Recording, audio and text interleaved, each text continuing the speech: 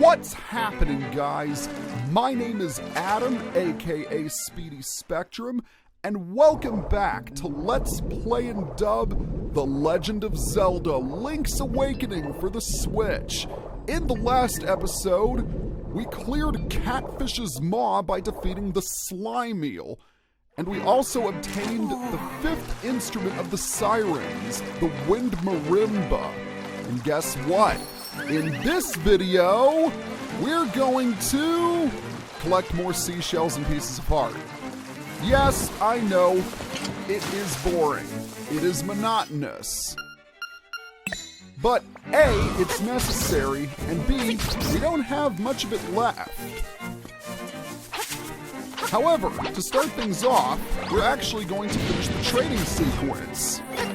I know, remember that long sequence we started way back when? We're finally going to resolve it. And let me just tell you, it's really nice to have the bow and arrow to defeat all of these buzz blobs. Now that we have the hook shot, we can get to the other side, like so. Again, the hook shot is awesome. But why would we want to do that? Well, the answer is we need to get to the statue. Because if we check it, we can see that the mermaid scale fits on the statue. And when it moves aside, a secret tunnel. Now, what does this secret tunnel lead to? Well, you're about to find out. Whoa, look at that shiny, shiny thing. Sorry, I got a little distracted there. You got the magnifying lens. This will reveal many things you couldn't see before. And we're about to find out right now because there are some arm mimics and some gels here. The magnifying lens allows you to see things that are otherwise invisible. In many respects, I think it's a precursor to the Lens of Truth in Ocarina of Time and Majora's Mask. So once again, Link's Awakening starting what would eventually become mainstays in future iterations of the franchise. Alright, we are done here. So let's go ahead and play Mambo's Mambo because we need to head back to Animal Village. I keep forgetting it's all the way down here. I think this is the warp we've been using the most because there are so many things to collect in Animal Village, and this video is definitely no exception. Speaking of which, when we enter Animal Village, we can see that the grandma is here, but Marin is not. Very interesting. But we don't have time to worry about that. We need to head in this house right here. Because inside, there is a Zora. This guy was invisible prior to our acquisition of the magnifying lens, but now that we have it, we can see him. And because he's so happy that someone can see him, he gives us a secret seashell number 38. Speaking of which, I should probably address something. But first, he says to head out to the cave at Toronbo Shores, because there is someone else like him who can only be viewed with the magnifying lens. We're going to get into that a little bit later. But for now, there's one more thing we can collect while we're here. But back to what I was saying. Just like last time, my piece of heart and secret seashell totals are a little inconsistent. That is because I collected some off screen. I collected one piece of heart from Dompe for completing all of his challenges that were available up to this point. But there are also some other collectibles I managed to obtain through a certain mini-game that we'll be showing off later. I could have done this live, but I probably would have wasted a lot of time. And you probably wouldn't have wanted to see it. Alright, so here we have a cave. We could have gone in here during our first trip to Animal Village, but it wouldn't have helped us much because we didn't have the hook shot. So if we go all the way up here, we can see that there is a rock. Now, ordinarily, we would have to bomb the wall and then travel around. But I'm going to show you a special trick. You'll want to equip your bombs as well as your arrows, and you need to press them at the exact same time to make a bomb arrow. It allows you to shoot your bombs and have them explode targets over distances. Really nice trick to know. Hook shot across, and then we're going to grab a piece of heart. And how many pieces of heart do we have right now? We only have one. That is not going to be an issue because we're going to grab another heart container very soon. Maybe not in this video, but a future video for certain. Oh, Guardian Acorn. Excellent timing. Let's go ahead and blast this wall right here. Now, hit the hard hat beetle into the pit, jump across, push the rock, and there we have it. Easy as pie. Pie. That makes me hungry. Oh, sorry, I got distracted there again. I get distracted by sweet and shiny things. Let's just go ahead and head for Martha's Bay. But we're not going to head inside the bay. The reason why we went here, because it's the closest warp point to Toronbo Shores. So once again, we're going to jump across and say hello to the ghost's house. But we're not going to head inside. No, instead we're going to step onto the shores. We'll want to have our bombs at the ready because somewhere on the beach is a bombable cave. Ah! It just so happens to be right there. So we're going to go ahead and place a bomb to blow up the entrance. And we have a very interesting looking cavern here. It received quite the redesign from how it was in the classic games. We have a Goria, who can only be seen with the magnifying lens. So let's talk to him. I found a good item washed up on the beach. I'll trade it to you for what you have in your X or Y button. If you want to trade, press X or Y, and if you don't, press B. Unfortunately, we'll need a different item to trade because the ocarina and the bombs are way too valuable. So instead, we want to equip our shovel. So we're going to go ahead and trade our shovel to him. In exchange for the shovel, he gives us the Boomerang. But if you missed the shovel, don't worry because you can buy it back from him for 300 rupees. You got your shovel back. The world is once again your dig site. Anyways, the Boomerang. At long last, we have reached the ending of the trading sequence, and it culminates in the Boomerang. The Boomerang is a well-known item in the Zelda franchise, but it is definitely at its most powerful in Link's Awakening. It's easily one of the strongest items in the game, and it can stun the majority of enemies. As for the weaker enemies, it can take them down in one shot. Not only that, it can also cut down bushes and retrieve faraway items. Yeah, it's really nice to have. So where are we going next? Well, I'll tell you. We're going to be heading up to the mysterious forest. Oh, by the way, you probably noticed that Link has had a change in clothes. That is because I decided to go back to the color dungeon and talk to the fairy queen again in order to get the red tunic. The red tunic doubles your strength. It's kind of like having a permanent piece of power. And with the red tunic, you can pretty much take down the majority of enemies in one shot. It's understandable why it's the favored choice of the two, but the blue tunic is also very good, I would say. You can't really go wrong with either one. That's the point I'm trying to get across. Alright, we're going to hop across the pit, and we're going to enter this cave. This cave! That we have passed time and time again. Now that we have the hook shot, we can actually do something in here. In fact, we can do a lot of things now that we have the hook shot. So we're going to go ahead and equip it, and then grapple ourselves to the chest, open it, which contains a purple rupee. Very nice.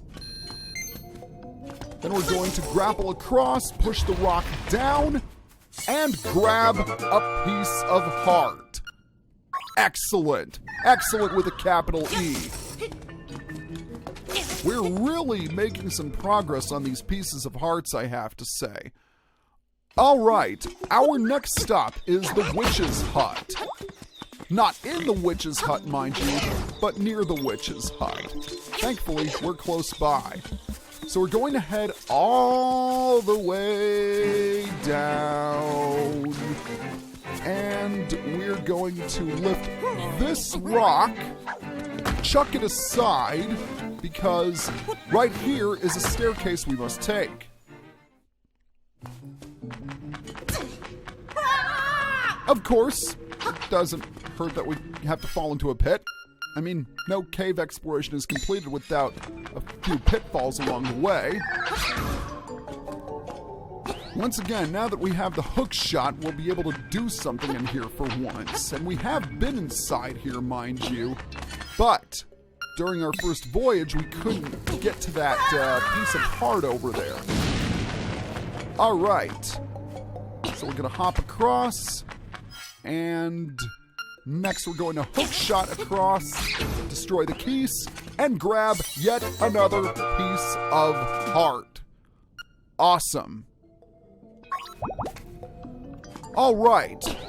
Now that we have that piece of heart in our grasp, we're going to fall down yet another pit. Man. Oh, come on, Link. Get out of there.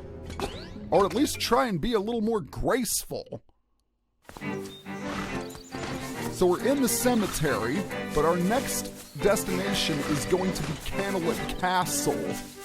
Once again, we're not heading inside Koholint Castle. We just need to get something that's close by. And I just need to check. Yeah, I'm nowhere near Koholint Castle. Well, technically I am near, but I'm not where I want to be. So I'm going to go ahead and use Monbo's Mambo once again.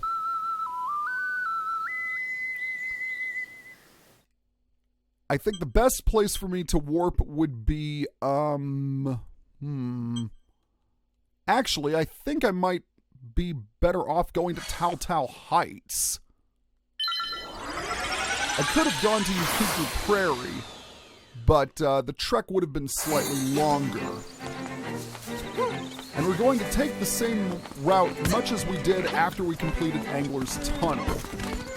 So first we need to head into the drink somehow, some way. And you know something? I think I might have been better off going to Yukuku Prairie anyway. Why does Koholint Castle have to be so secluded? I must ask. Well, then again, it is a castle. It is supposed to be fortified. How am I doing with time, by the way? 13 minutes. Okay, I should be able to finish all that I need to. All right. We're going to keep heading eastward.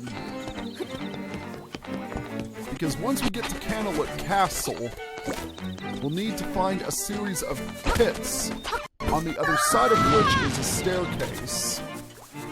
Yep, it's right up here. I should have trusted my first instincts to begin with. Now, at first glance, there is no way across these pits. But look closely and you'll find something that you can latch onto. And just like that, we can skip the staircase and fall down the pit? But how does that work? Oh well. Open chest, obtain secret seashell. This is getting to be quite tiresome, falling into these pits over and over and over and over and over and over again. I'm sorry. I almost lost self-control there. Okay. Now our next destination is going to be Animal Village once again. But we're actually going to be heading north of Animal Village. This is an area that we visited briefly, but we really didn't get the chance to explore it in depth. We'll also need to have our bow and arrow equipped for later on. So we're gonna head all the way up here. And this is the area that you would come out after you slash that bush to reveal the first set of stairs. Oh, piece of power! But instead of heading to the south, we're going to head to the north. Now, we collected a secret seashell in this general area, but this time we're going to explore it outright. This is actually where we will find our next dungeon, and I'm definitely going to be looking forward to that. We've got something of a rock maze here, and we're going to lift and slash, lift and slash, lift and slash. All right.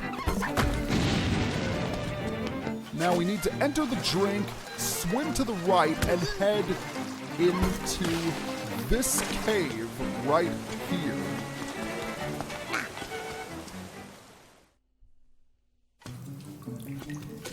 Alright, so we're going to swim, and guess what? There's another piece of heart all the way over there.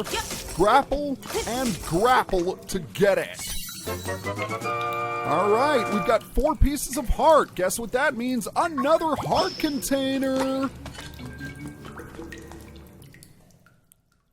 And after heading up the stairs, we encounter a like-like, but we also encounter something else. We have a little shop here. This is the This is the raft shop. That's what I was trying to say. This is where we can find yet another mini game. This guy will offer a raft ride to us for 100 rupees. This is yet another mini game that was expanded upon in the remake, because in the classic game you only had one option. Here you have 2. Now in the Rapids Raid, you have to collect as many rupees as you can during the raft ride. The other option is the Rapids Race, which means you need to get to the end as quickly as possible. And depending on how long you take, you can earn certain prizes. And this is where my collectibles were obtained. If you finish the Rapids ride in under 40 seconds, you get a piece of heart. If you finish it in under 35 seconds, you get a secret seashell. Speaking of a piece of heart, no! No, no, no, no, no, no, no, no, no, no, no, no, no, no! I was right in front of that. I'm sorry. Well, we have another chance. Let's see if we can grab this secret seashell. Apparently not, because these currents are a lot stronger than you think they are. Okay, right here. At least we got the secret seashell. That's all well and good. Now I need to grab my shovel. Good thing I purchased it back. Okay, there is the secret seashell right over there. Or right over here in this island. The currents are quite strong, so you'll need to use your hook shot to grapple onto certain things. But back to what I was saying earlier about the race. If you finish it in under 40 seconds, you get a piece of heart. Finish it in under 35 seconds, you get a secret seashell. Finish it in 30 seconds, and you get a chamber stone that you can use in Dompe's dungeon builder. So I'm going to try again in order to grab that piece of heart that I just missed. And once again, equip the hook shot. Using the hook shot is the key to getting to where you need to go or getting out as quickly as you need to. And remember to use the hook shot diagonally as well. Okay, let's see if we can do things a little bit better than last time. And it looks like we can! Awesome! There is our next piece of heart. Yeah, I figured I would collect all of the prizes off screen because it can be very difficult to get the prizes. That chest up there contains rupees. It's not that big of a deal. But aside from rupees, you can also find hearts, bombs, arrows, magic powder, the whole shebang. It's not a difficult minigame once you get the hang of it. Once again, you need to just know where to fire the hook shot. That is the key to victory. It does cost 100 rupees, so make sure you have a steady stockpile. No, we're not going to ride again. Instead, we're actually going to, we're going to head somewhere else. That's what we're going to do. We're going to go ahead and, for the final section of the episode, we're going to head back through the rock maze, and we're going to head to the ancient ruins, which border the rock maze to the south. Now, I'm at about 21 minutes right now, so I'll have time to do one more thing for the video. Right here is the ancient ruins. As I mentioned earlier in the video, we briefly visited the ruins in order to grab a secret seashell. But now we can truly explore them. And remember these statues that came to life? Well, now it's time for them to get their official introduction. Armos. Armos are statues brought to life, and they are sword-proof. Instead, you need to use either bombs or arrows to defeat them. One arrow or one bomb will take care of them. And on the other side of the ruins, we have a shrine. And I am heading the wrong way right now. Okay, a lot of gels here. That's another thing I want to say. A lot of gels. You want to make sure that you have a steady supply of arrows, because you're definitely going to need them. One more Armos to defeat. And yeah, oh, actually, there's another Armos. Wow. This really is the Temple of the Armos, I have to say. But it's not the Temple of the Armos. No, this is the Southern Face Shrine. If you remember what the owl said, he said there are two shrines, one to the north and one to the south. You need to start at the south. And there are some arrows for us to collect. Okay, when you are ready, enter into the next room.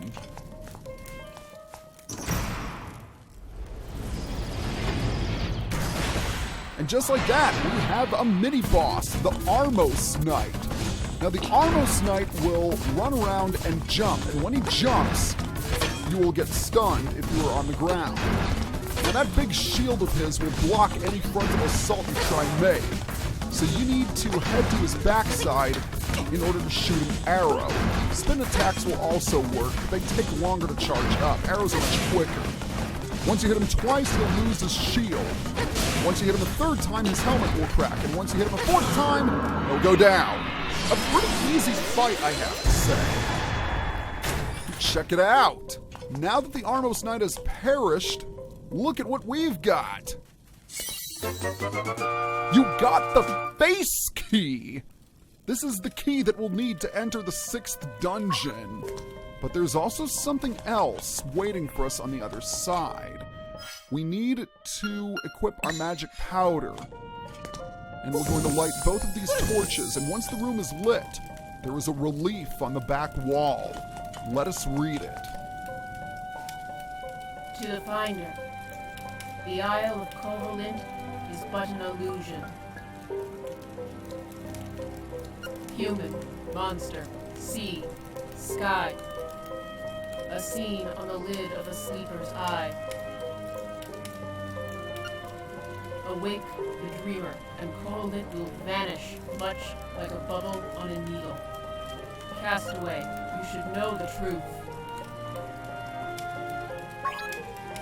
What? Illusion?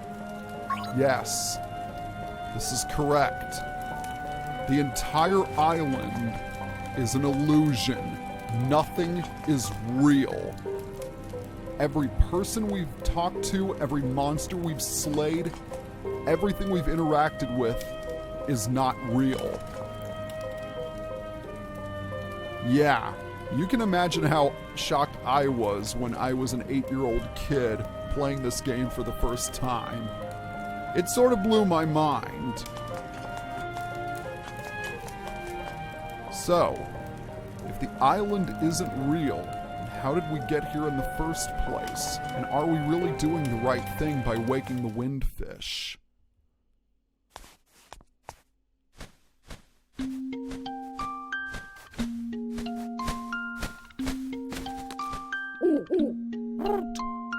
I see you have read the relief. While it does say the island is but a dream of the windfish, no one is really sure. Just as you cannot know if a chest holds treasure until you open it, so you cannot tell if this is a dream until you awaken. The only one who knows for sure is the windfish. Trust your feelings. Someday you will know for sure.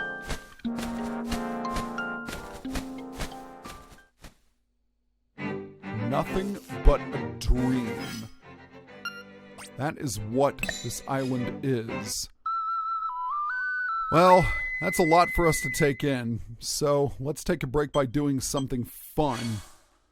We're going to go ahead and see if we can win something at the trendy game, now that we've collected another instrument.